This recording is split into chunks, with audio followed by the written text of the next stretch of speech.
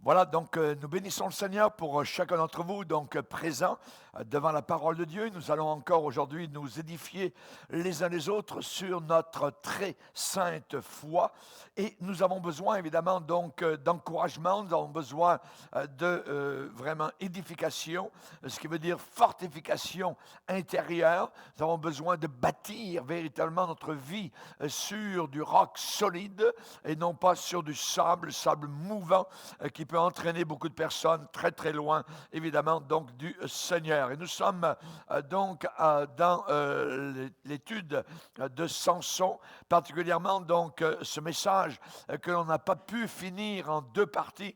Donc aujourd'hui, nous allons avoir la troisième partie de ce grand message que j'ai intitulé « Attention aux coiffeurs ». Attention donc aux coiffeurs, pas à la coiffure, aux coiffeurs. Amen. Et particulièrement donc ce coiffeur qui, comme Samson, qui était une coiffeuse en réalité, eh bien, lui a volé, lui a coupé sa consécration. Alors, si vous voulez bien, on va aller relire un passage dans le livre de Juges. Dans Juges, au chapitre 16, Juges, chapitre 16, dans l'Ancien Testament, donc juste après le livre de Josué, vous avez Juges, et nous allons au chapitre 16, et nous allons donc relire particulièrement donc le passage à partir du verset 15. Voilà, donc c'est Delilah particulièrement, donc qui est avec Samson, et c'est une femme payée particulièrement par les Philistins qui désirent anéantir cette force inimaginable. C'était un bulldog, c'était vraiment un tank, c'était vraiment un canon puissant. Donc, c'est comme s'il y avait 1000 hommes à la place d'un seul homme, et donc ils voulaient le détruire. Alors, ils ont payé une femme pour savoir d'où lui venait sa force. Et au verset 15, elle lui dit, « Comment peux-tu dire je t'aime, puisque ton cœur n'est pas avec moi ?» Voilà 3 fois que tu t'es joué de moi et tu ne m'as pas déclaré d'où provient ta grande force. Et comme elle était chaque jour à le tourmenter et à l'importuner par ses instances, son âme s'impatienta à la mort.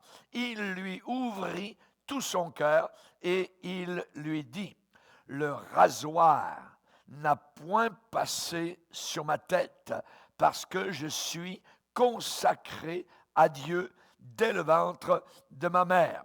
Mais si j'étais rasé, ma force m'abandonnerait et je deviendrais faible et je serais comme tout autre homme. » Delilah, voyant qu'il lui avait ouvert tout son cœur, envoya appeler les princes des Philistins. Et il leur fit dire, elle leur fit dire, montez cette fois-ci, car il m'a ouvert tout son cœur. Et les princes des Philistins montèrent vers elle et apportèrent l'argent, femme payée, apportèrent l'argent dans leurs mains. Elle l'endormit sur ses genoux. Ayant appelé un homme, elle rasa les 7 tresses de la tête de Samson et commença ainsi à le dompter. Il perdit sa force. Elle dit alors, « Les Philistins sont sur toi, Samson !» Il se réveilla de son sommeil et dit, « Je m'en tirerai comme les autres fois et je me dégagerai. » Il ne savait pas. Il ne savait pas, il ignorait que l'Éternel s'était retiré de lui. Les Philistins le saisirent, lui crevèrent les yeux et le firent descendre à Gaza, le lièrent avec des chaînes d'airain et il tournait la meule dans la prison. Seigneur, devant ce texte si révélateur sur la force de notre puissance et sa perte possible, nous te demandons que nous puissions, Seigneur, réfléchir. Aide-nous à comprendre que le Saint-Esprit nous aide dans le cheminement de notre réflexion.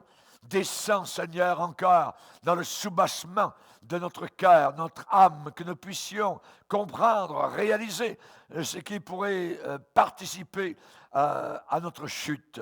Aide-nous, s'il te plaît, dans ta grâce, Seigneur, parce que c'est par ta grâce uniquement que nous pouvons tenir debout. Nous te demandons ces choses, Seigneur, dans le nom puissant de Jésus. Amen. Et tout le peuple dit Amen. Amen. Gloire à Dieu. Que Dieu soit béni donc par cette lecture que nous venons de faire. Et aussi, nous allons voir maintenant donc cette partie donc de message concernant, que j'ai intitulé Attention au coiffeur, point d'exclamation. Alors, nous devons faire très attention. Samson a été conquis. Samson a été vaincu. Et n'oublions pas que c'est un des hommes les plus remarquables de toute la Bible et même de l'histoire humaine. Et cela nous est rapporté donc dans les textes de la Sainte Bible. Et je dirais particulièrement qu'il jouissait d'un privilège particulier qui n'a été accordé à aucune autre personne dans tout l'Ancien Testament. Sa force. Un lion, un jour, est venu contre lui, il l'a déchiré comme un chevreau. Un jour, il a été en face de milliers de Philistins. Avec une mâchoire d'âne, il a vaincu. Et tout d'un coup, c'était un paquet de morts tout autour de lui. Un jour, il était enfermé dans une ville à Gaza, alors que les gardes étaient aux portes. Lui, il a pris les portes, il a déraciné littéralement les poteaux des portes, et il a pris les portes sur son dos et a porté ces immenses portes donc sur une colline à l'extérieur de Gaza. C'est inimaginable donc ce qu'il a pu faire, et tout cela il l'accomplissait par la force de Dieu, parce qu'il était consacré à Dieu.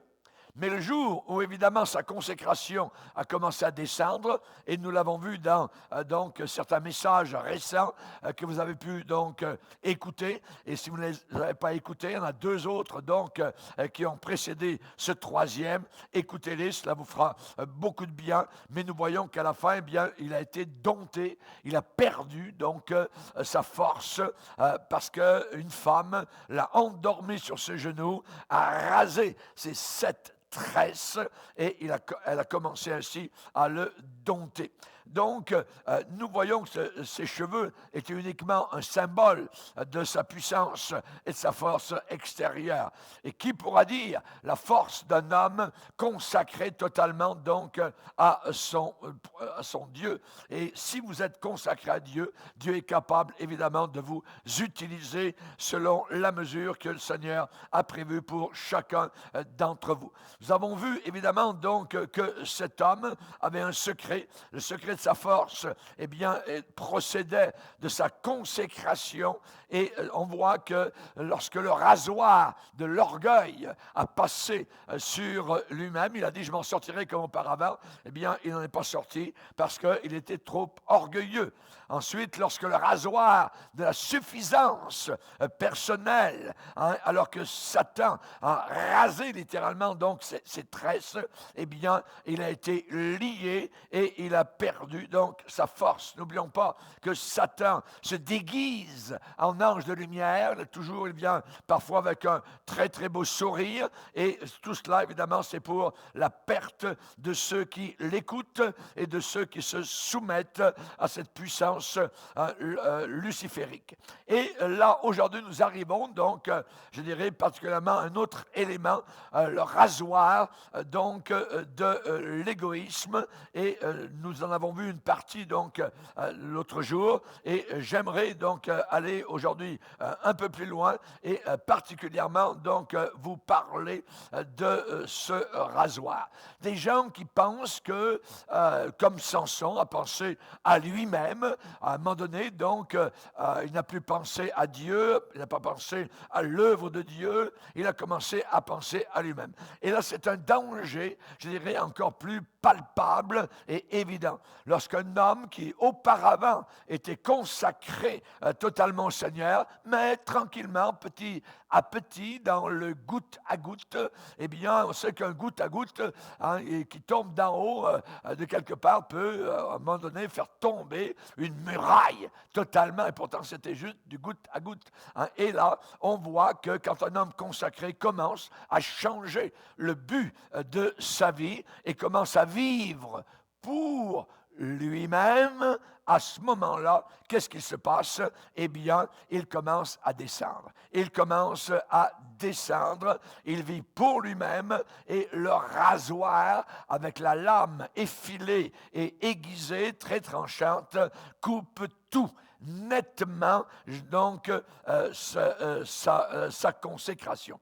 On sait que dans les prophéties de la Bible, par rapport à la fin des temps, il est dit que si on fait une sorte de verdict sur la génération finale, il est dit que le Saint-Esprit déclare que les hommes seront toutes sortes de choses, mais en premier de liste arrive le mot égoïste. Ils seront égoïstes. Cela veut dire qu'ils penseront premièrement, non pas évidemment à Dieu, à l'œuvre de Dieu, aux gens qui sont perdus, qui descendent en enfer. Non, ils penseront à eux-mêmes. Donc, ils vont transférer cette consécration qui aurait dû aller vers le Seigneur, ils vont la transférer vers eux-mêmes, égoïstes. Le rasoir de l'égoïsme, ça coupe tout. Quand on pense uniquement à soi-même, quand on est centré sur son ego, quand on regarde uniquement son nombril, eh bien, à ce moment-là, eh bien, on devient, je dirais, rasé. Un ministre de l'Évangile, qui auparavant pouvait dire au début de son ministère, Dieu eh bien, est mon témoin et je n'ai qu'un seul but dans ma vie, c'est de me libérer du sang de tous ceux vers lesquels Dieu m'envoie. Alors je veux prêcher l'Évangile avec fidélité, je veux honorer mon maître et je veux pouvoir dire, donc à la fin de mon ministère, je suis pur du sang de vous tous, comme Paul pouvait le dire aux Éphésiens. Mais voilà que, en très peu de temps, quelque chose est en train de se passer. Voilà que cet homme, qui auparavant était très consacré, devient tenté par Satan. Et le message qu'il prêche commence à changer de ton. Il se dit, ce prédicateur, ce ministre de l'Évangile, se dit en lui-même, il faut que je garde mon assemblée en bon état, en bonne position. Et si je prêche telle doctrine qui est difficile à avaler, qui est dure, alors les gens peut-être ne viendront plus. Et l'un des journaux, même en ville, m'a déjà critiqué. Et il y a des chrétiens qui m'ont déjà quitté à cause de cela. Alors il faut que j'y pense bien et que je sois à mon affaire. Il faut que cette assemblée continue. Il faut que j'ai l'air un peu plus moderne, il faut que j'ai l'air un peu plus à la page, à la mode du jour, il faut que je projette une bonne image, il faut que j'adoucisse mon parler, ma prédication, il faut que j'ai un style plus gentil, un peu plus doux, tout ça.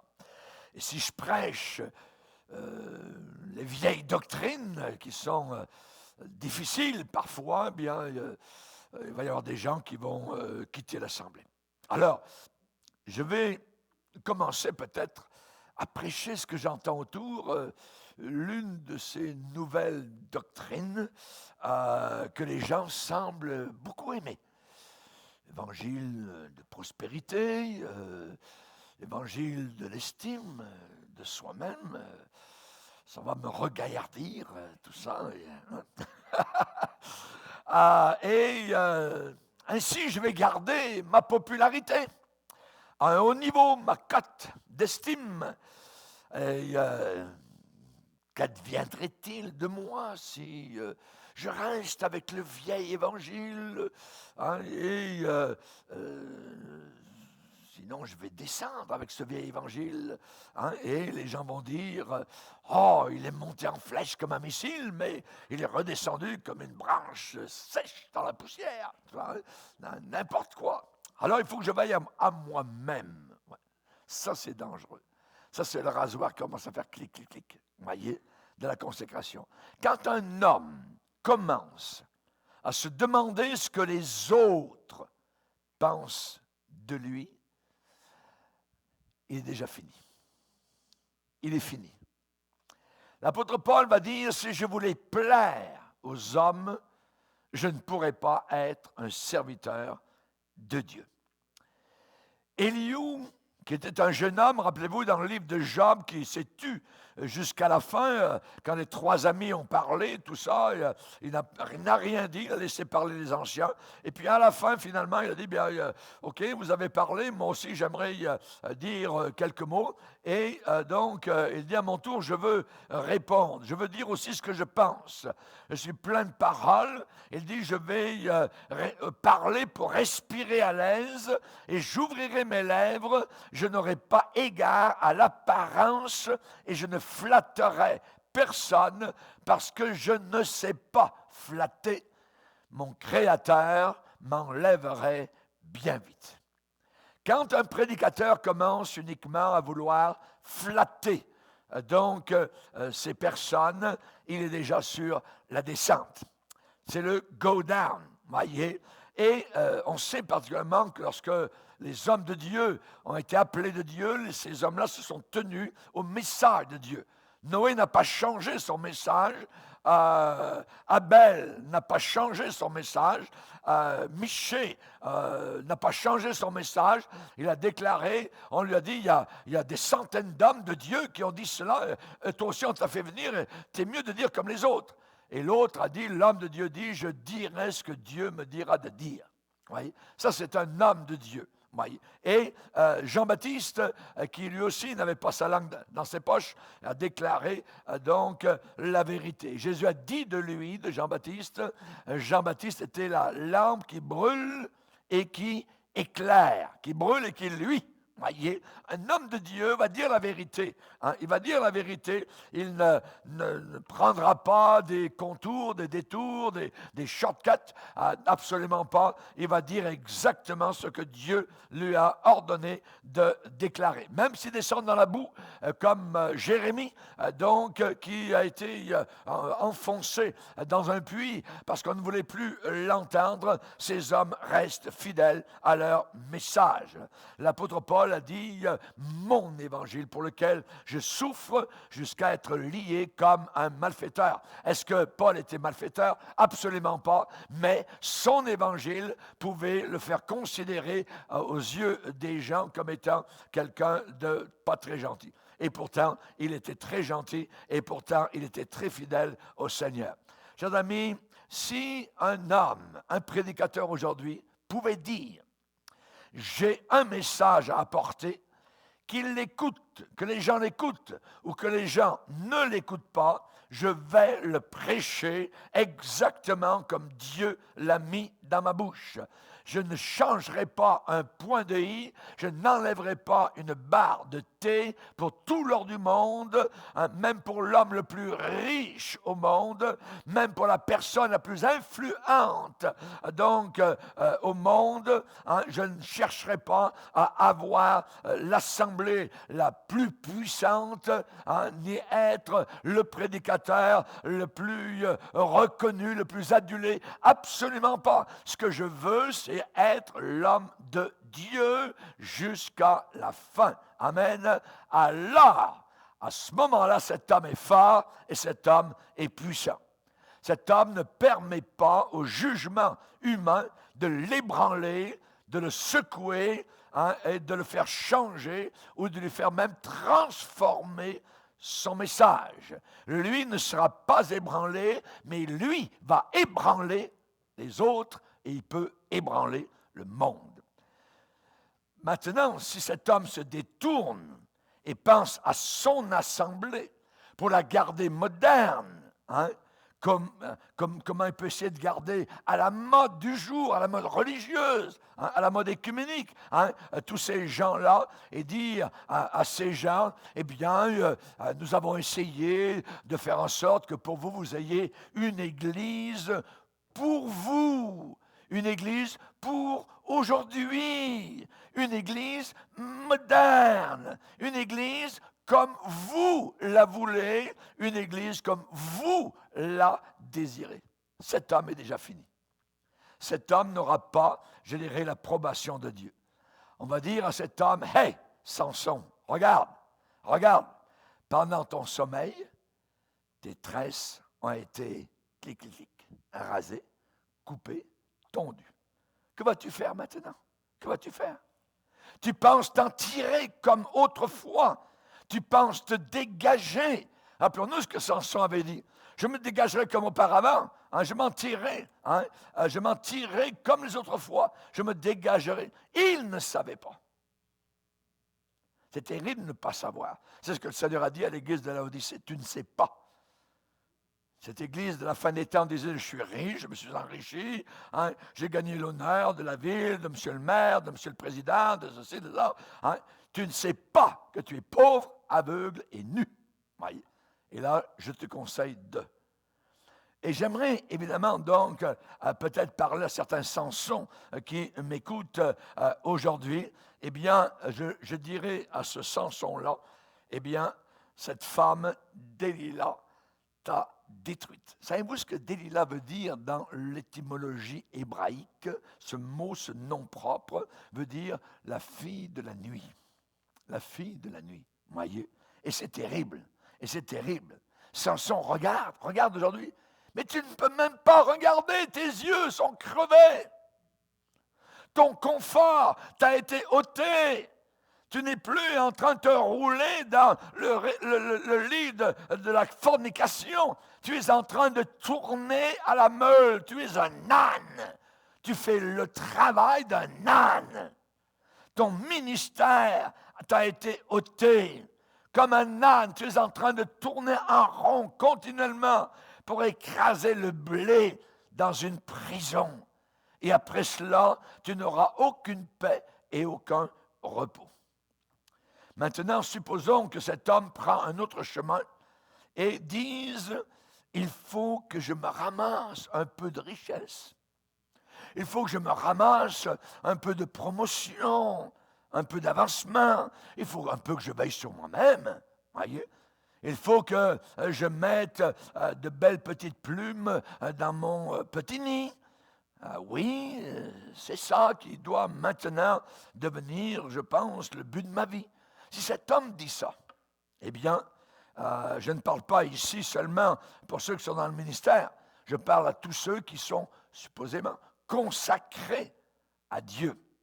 Le moment où nous faisons du moi, le premier but de notre existence, nos tresses viennent de tomber à terre.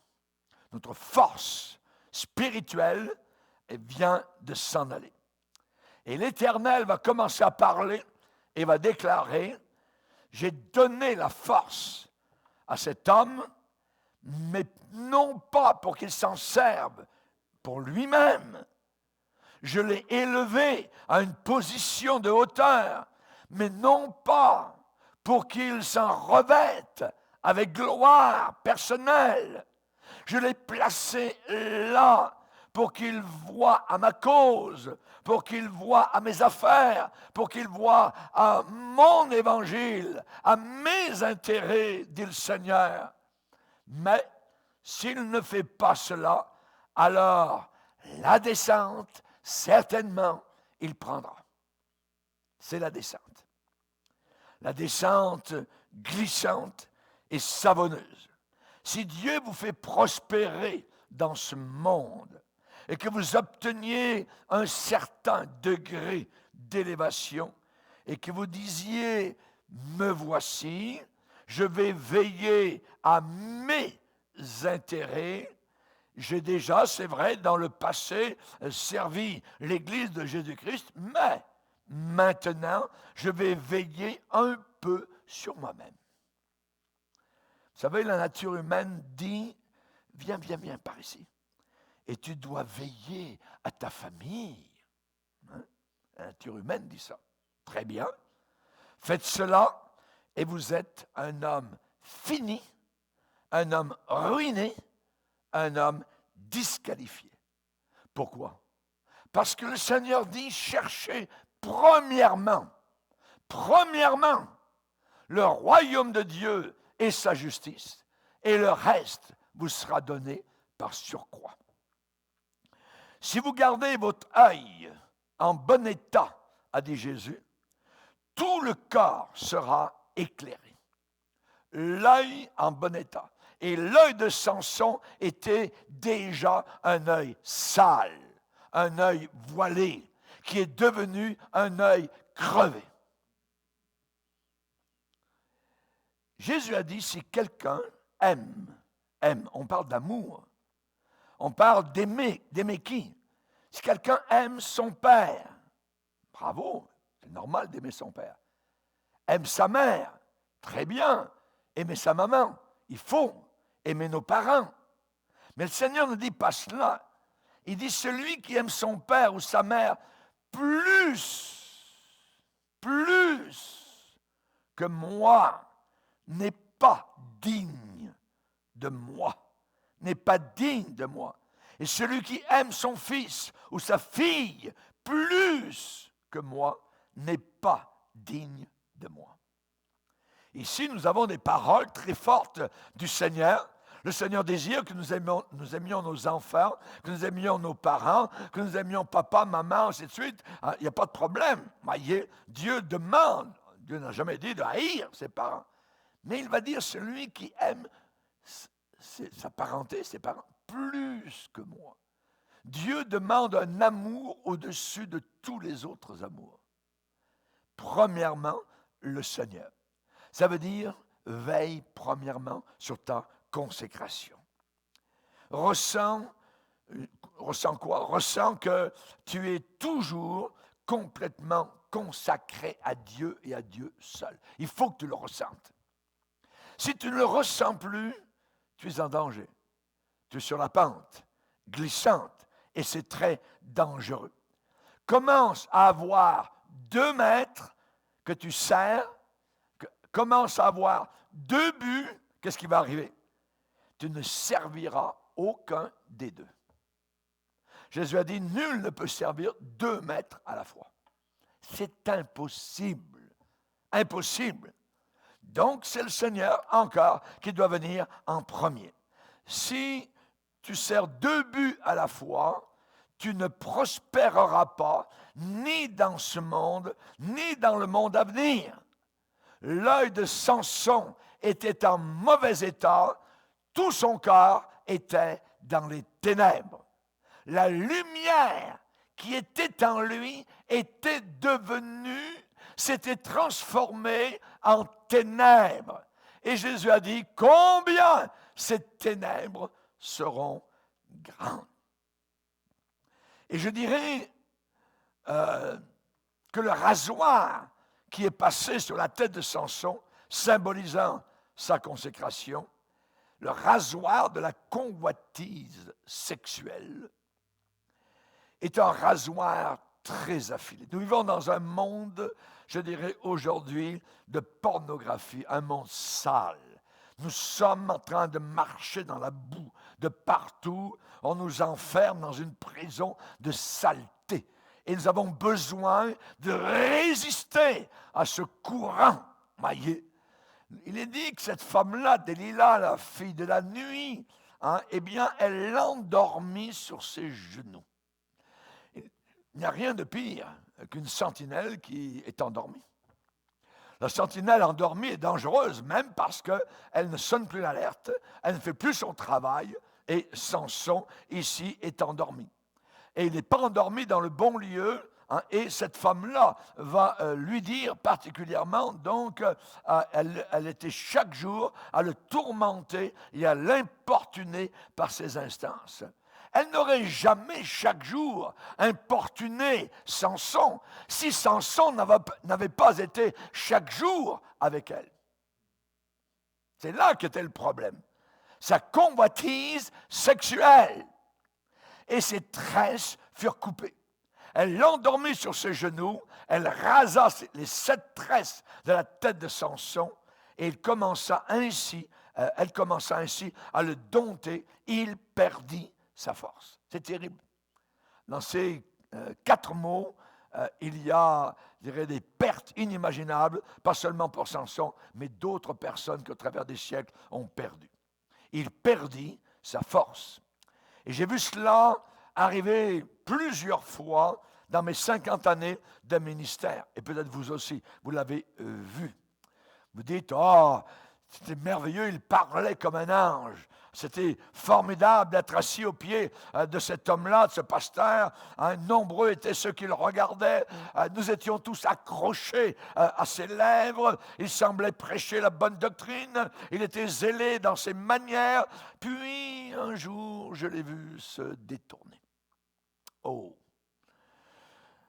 Au départ, c'était une petite chose. Quelques légères déviations de l'ancienne orthodoxie de ses pères, légère déviation de la sainte doctrine. Ce n'était pas vraiment écrit dans les Écritures, mais comme tout le monde en parlait, ses collègues pasteurs avaient eu des révélations nouvelles, ainsi de suite. Donc, voilà, ça a commencé comme cela. Et à la fin, le lieu même où il prêchait est devenu synonyme de chute, de déviation et d'hérésie. Et maintenant, un vieillard qui a les cheveux blancs dit à son petit-fils qui est à côté de lui, tu vois cet homme là-bas, fais attention à lui. Ne l'écoute pas quand il prêche. Ça se passe comme ça. Ça se passe comme ça. Quelle disgrâce. Quel apostat. Quelle chute. Et vous savez, Samson, l'homme qui au départ sortit du camp de Dan, l'homme qui était poussé par le Saint-Esprit, est devenu l'esclave de l'erreur. Il était allé dans le camp des ennemis et il les avait vaincus au départ. Il est là encore maintenant dans le camp des Philistins, mais il tourne la meule pour les Philistins. Ceux qu'il aurait dû frapper de son bras. Il a perdu sa force. Il est rasé, il est dompté, il est enchaîné, il a les 2 yeux crevés, il est lié, et il tourne la meule dans la prison. Question. Comment des héros sont-ils tombés? C'est une question qui est posée dans la Bible par rapport au roi Saül. C'est David qui l'a posée. Et lui, il répond en disant l'huile, symbolisant le Saint-Esprit. L'huile a cessé. Oh, il y a un arrêt. L'huile a cessé, l'huile s'est arrêtée de les oindre. L'huile s'est arrêtée. Dieu veille ici-bas sur cette terre sur ce que nous faisons avec son onction, avec ses dons qui lui appartiennent à lui. Et là, dans le cas de Samson, il est dit, l'Éternel s'était retiré. Vous savez, ces personnes qui disent, une fois que vous êtes sauvés, non, vous ne pouvez plus jamais être non sauvés. Oui, si vous marchez avec Dieu. Oui, si vous continuez à être consacré à Dieu. Mais si vous ne persévérez pas, si vous ne continuez pas, et dans l'Hébreux chapitre 3, il est dit, pourvu que nous retenions jusqu'à la fin l'espérance que nous avions au départ. Samson a commencé à jouer dans le camp ennemi et il a pensé qu'étant dans le camp ennemi, il pouvait être victorieux dans le camp de Dieu. Impossible. Impossible. Ces hommes qui se sont détournés, ces hommes qui ont brisé leurs vœux de consécration, aujourd'hui sont montrés du doigt. Une disgrâce, une honte, un scandale. Ce pasteur très connu qui s'est retrouvé dans un condo en Floride avec une fille qu'il a dû payer et les assemblées même ont dû payer plus de $200 000 pour fermer la bouche à la fille, imaginez. l'argent des chrétiens. Inimaginable. Inimaginable.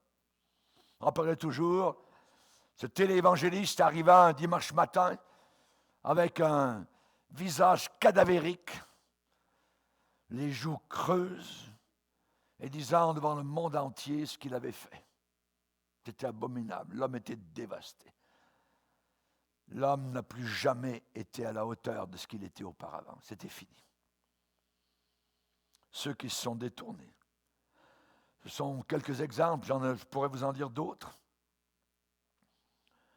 Cet homme, ce pasteur, ce grand pasteur suisse, arrivant avec un œil au beurre noir, en donnant la Sainte Seine à une grande assemblée. Et ensuite, lorsqu'on lui pose la question, il dit « Je me suis frappé dans la montant de porte. » Non. Et son épouse, qui lui avait envoyé un coup de poing au bon endroit. Et elle avait raison. Cet homme est parti, a dû quitter son ministère, est parti avec une jeune fille, environ une trentaine d'années, plus jeune que lui. Cette fille est revenue des années plus tard, n'a rien entendu parler. Ministère défait. La jeune fille était une étudiante d'école biblique, lui était directeur d'école biblique tout en étant pasteur. Des scandales. Clic, clic, clic. Ces hommes qui ont brisé leurs vœux de consécration sont un déshonneur, une défaveur pour eux, pour leur famille, pour leurs enfants, pour leurs petits-enfants et pour l'Église de façon générale.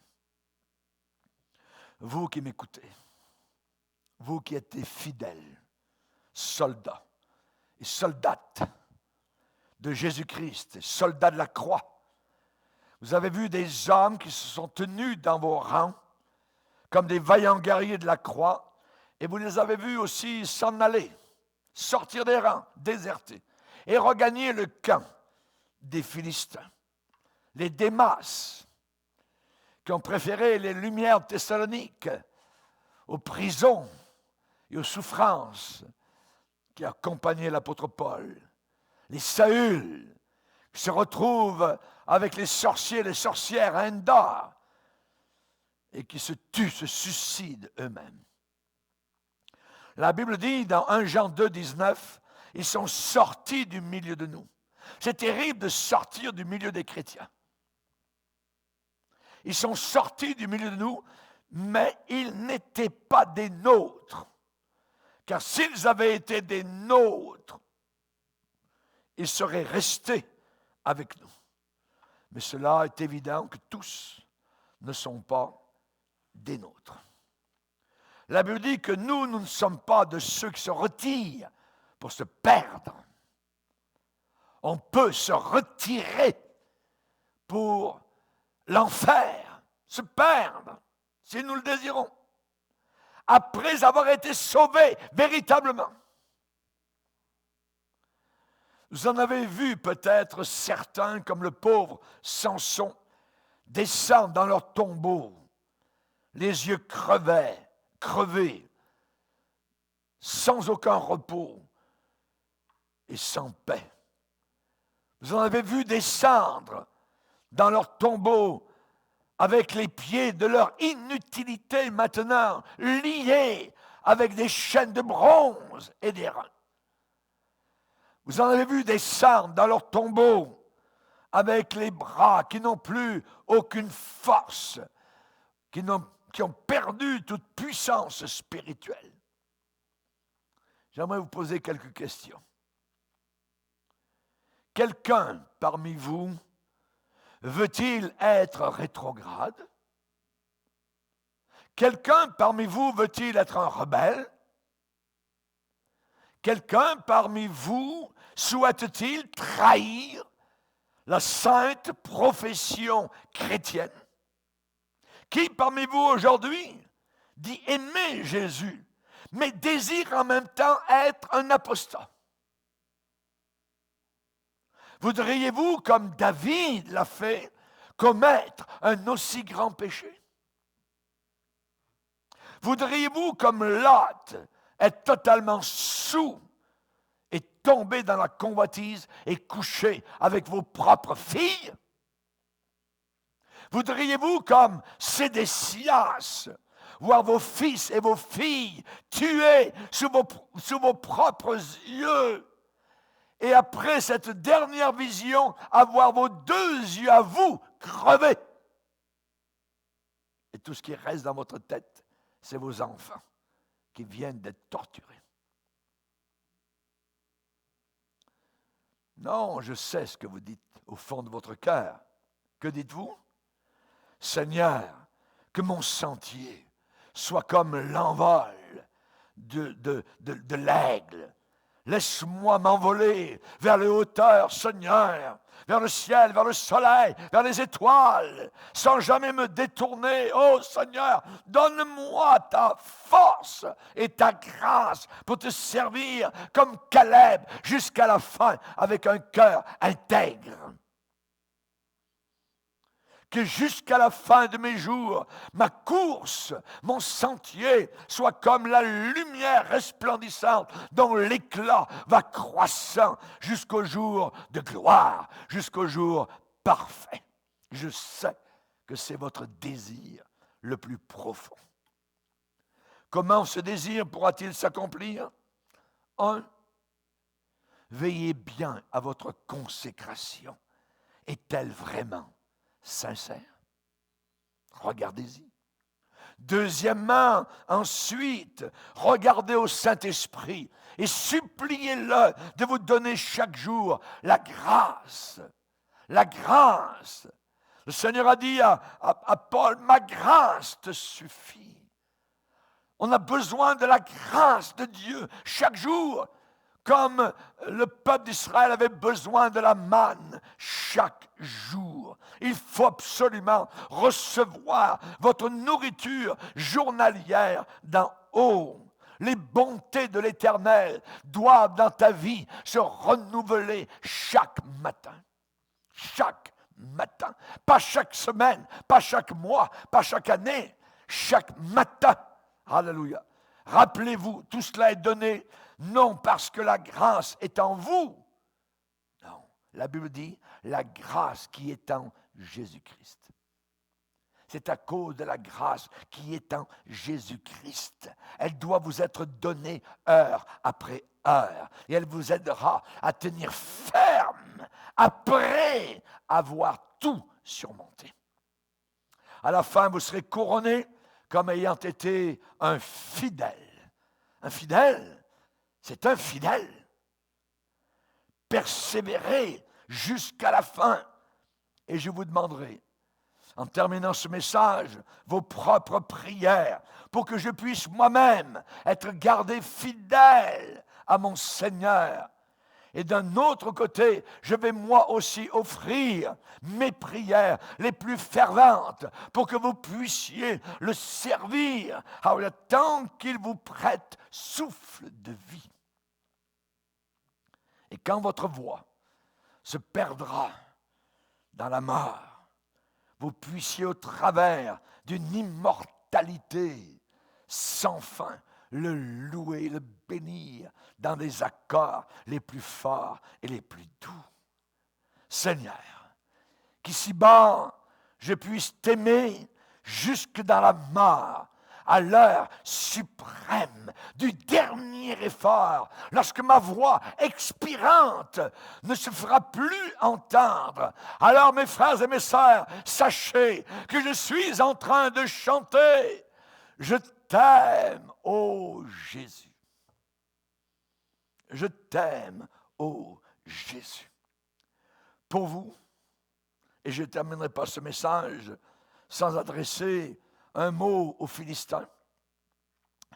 Vous qui n'avez pas encore abandonné votre vie au Seigneur, vous ne vous êtes pas encore donné à Dieu.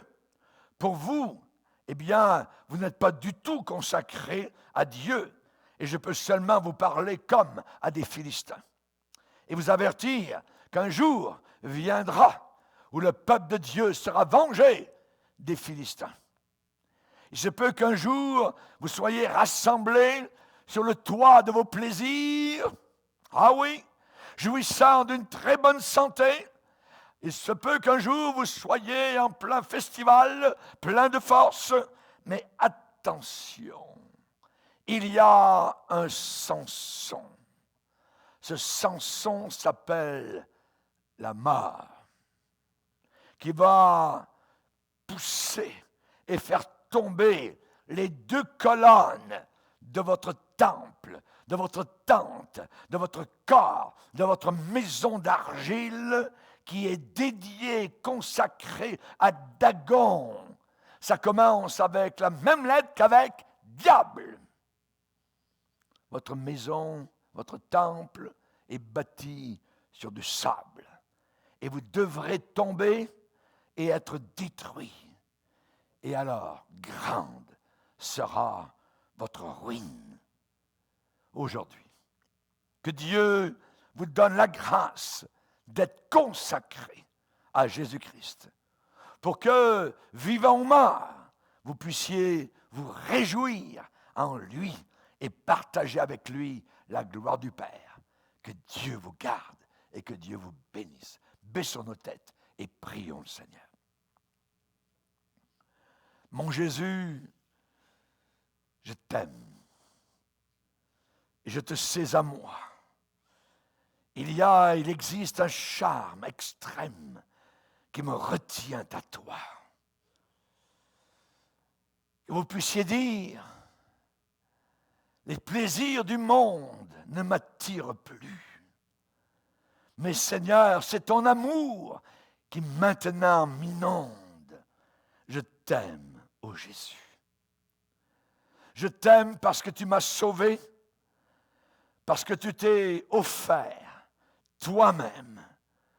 Et c'est ton sang qui nous a lavés. Sur la croix bénie, pour nous, tu mourus. Seigneur, c'est ta mort qui est notre vie. Nous t'aimons. Et nous te verrons dans toute ta gloire. Nous verrons ta face. Ce sera un ravissement merveilleux et glorieux. Nous te louerons et nous louerons cette grâce qui est en Jésus-Christ éternellement. Et nous dirons sans cesse, avec les élus dans la gloire, cet hymne d'allégresse. Je t'aime, ô Jésus. Merci Seigneur pour ces moments passés en ta présence. Aide-nous à nous abandonner, à nous livrer, corps, âme et esprit entre tes mains. Nous voulons être totalement consacrés et jusqu'à la fin. Au nom puissant de Jésus, Amen. Et tout le peuple dit Amen. Amen. Gloire au Seigneur. Que Dieu soit béni.